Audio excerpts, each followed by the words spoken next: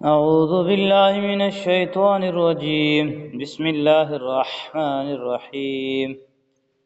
يوصيكم الله في أولادكم للذكر مثل حظ الأنثيين فإن كن نساء فوق اثنتين فلهن ثلثا ما ترك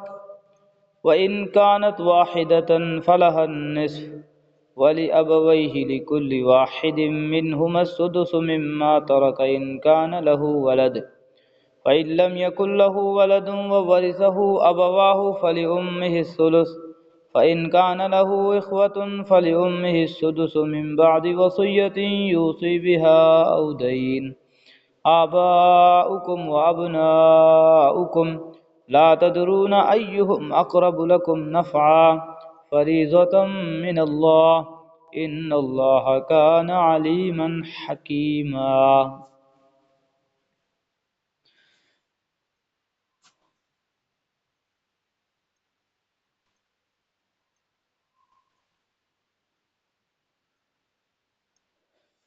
اللہ تمہاری اولاد کے بارے میں تم کو حکم دیتا ہے کہ مرد کا حصہ دو عورتوں کے برابر ہے، اور اگر صرف عورتیں ہی ہوں، دو یا دو سے زیادہ، تو مرنے والے نے جو کچھ چھوڑا ہو انہیں اس کا 2/3 حصہ ملے گا، اور اگر صرف ایک عورت ہو تو اسے ترکے کا آدھا حصہ ملے گا، اور مرنے والے کے والدین میں سے ہر ایک کو ترکے کا 1/6 حصہ ملے گا، بشرط یہ کہ مرنے والے کی کوئی اولاد ہو، اور اگر اس کی کوئی اولاد نہ ہو اور اس کے والدین ہی اس کے وارث ہوں تو اس کی ماں 3/4 حصے کی حقدار ہے۔ ہاں اگر اس کے کئی بھائی ہوں تو اس کی ماں کو 1/6 حصہ دیا جائے گا، اور یہ ساری تقسیم اس وصیت پر عمل کرنے کے بعد ہوگی جو مرنے والے نے کی ہو، یا اگر اس کے ذمے کوئی قرض ہے تو اس کی ادائیگی کے بعد تمہیں اس بات کا ٹھیک علم نہیں ہے کہ تمہارے باپ بیٹوں میں سے کون فائدہ پہنچانے کے لحاظ سے تم سے زیادہ قریب ہے، یہ تو اللہ کے مقرر کیے ہوئے حصے ہیں۔ یقین رکھو کہ اللہ علم کا بھی مالک ہے، حکمت کا بھی مالک۔ آیات 11 اور 12 میں مختلف رشتہ داروں کے لیے میراث کے حصے بیان فرمائے گئے ہیں۔ جن رشتہ داروں کے حصے ان آیات میں مقرر فرما دیے گئے ہیں ان کو ذو الفروض کہا جاتا ہے۔ حضرت صلی اللہ علیہ وسلم نے وضاحت فرمائی ہے کہ ان حصوں کی تقسیم کے بعد جو مال بچ جائے وہ مرنے والے کے ان قریب ترین مذکر افراد میں تقسیم ہوگا جن کے حصے ان آیات میں متعین نہیں کیے گئے، جن کو اسباط کہا جاتا ہے، مثلا بیٹے، اور اگرچہ بیٹیاں براہ راست اسباط میں شامل نہیں ہیں، لیکن بیٹوں کے ساتھ مل کر بیٹیاں بھی اسباط میں شامل ہو جاتی ہیں۔ اور اس صورت میں یہ قاعدہ اس آیت نے مقرر فرمایا ہے کہ ایک بیٹے کو 2 بیٹیوں کے برابر حصہ ملے گا، ایک بیٹے کو 2 بیٹیوں کے برابر حصہ ملے گا۔ یہی حکم اس صورت میں بھی ہے کہ جب مرنے والے کی اولاد نہ ہو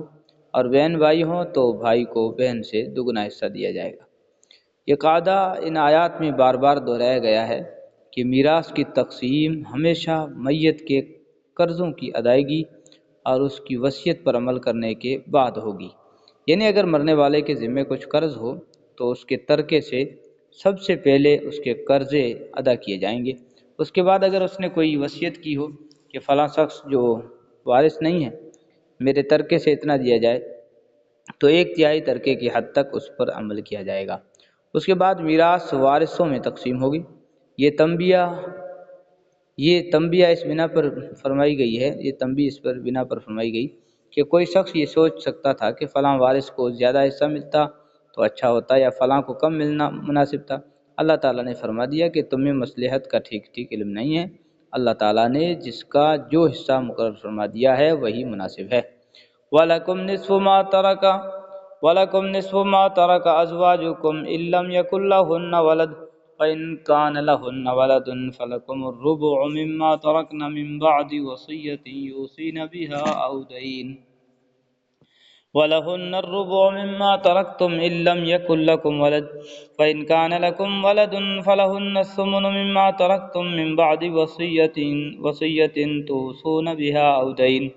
وَإِن كَانَ رَجُلٌ يُورَثُ كَلَالَةً أَوِ امْرَأَةٌ وَلَهُ أَخٌ أَوْ أُخْتٌ فَلِكُلِّ وَاحِدٍ مِّنْهُمَا السُّدُسُ فَإِن كَانُوا أَكْثَرَ مِن ذَلِكَ فَهُمْ شُرَكَاءُ فِي الثُّلُثِ مِن بَعْدِ وَصِيَّةٍ يُوصَىٰ بِهَا أَوْ دَيْنٍ غَيْرَ مُضَارٍّ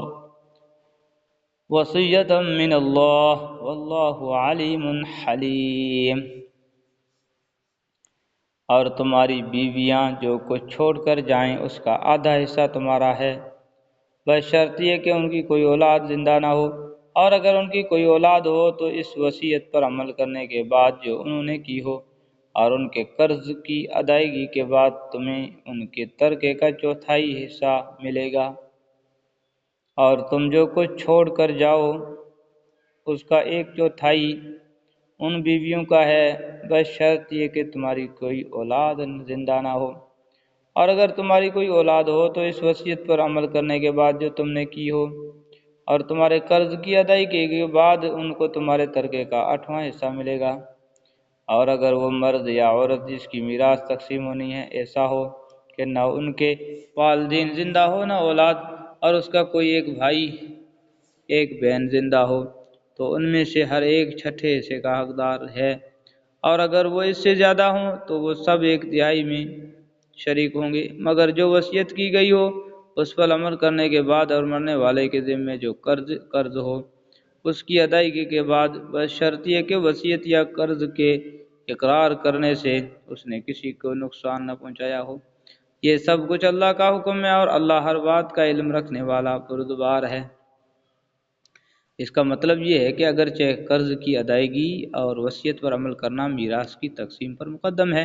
لیکن مرنے والے کو کوئی ایسا کام نہ کرنا چاہیے کہ جس کا مقصد اپنے جائز ورثہ کو نقصان پہنچانا ہو۔ مثلا کوئی شخص اپنے وارثوں کو محروم کرنے یا ان کا حصہ کم کرنے کی خاطر اپنے کسی دوست کے لیے وصیت کر دے، یا اس کے حق میں قرضے کی جھوٹ اقرار کر لے، اور مقصد یہ ہو کہ اس کا پورا ترکہ یا اس کا کافی حصہ اس کے پاس چلا جائے اور ورثہ کو نہ ملے، یہ یا بہت کم ملے، تو ایسا کرنا بالکل ناجائز ہے۔ اور اسی لیے شریعت نے یہ قاعدہ مقرر فرما دیا ہے کہ کسی وارث کے حق میں کوئی وصیت نہیں ہو سکتی، کسی وارث کے حق میں کوئی وصیت نہیں ہو سکتی، نیز غیر وارث کے حق میں بھی 1/3 سے زیادہ وصیت نہیں کی جا سکتی، 1/3 سے زیادہ وصیت نہیں کی جا سکتی۔ تلک حدود اللہ ومن یطع اللہ ورسولہ یدخلہ جنات تجری من تحتها الانہار خالدین فیہا وذالک الفوز العظیم۔ یہ اللہ کی مقرر کی ہوئی حدود ہیں، اور جو شخص اللہ اور اس کے رسول کی اطاعت کرے گا وہ اس کو ایسے باغات میں داخل کرے گا جن کے نیچے نہریں بہتی ہوں گی، ایسے لوگ ہمیشہ ان باغات میں رہیں گے، اور یہ زبردست کامیابی ہے۔ ومن یعص اللہ ورسولہ ویتعد حدودہ یدخلہ نارا خالدا فیہا ولہ عذاب مہین۔ اور جو شخص اللہ اور اس کے رسول کی نافرمانی کرے گا اور اس کی مقرر کی ہوئی حدود سے تجاوز کرے گا، اسے اللہ دوزخ میں داخل کرے گا جس میں وہ ہمیشہ رہے گا، اور اس کو ایسا عذاب ہوگا جو ذلیل کر کے رکھ دے گا۔ صدق اللہ العظیم۔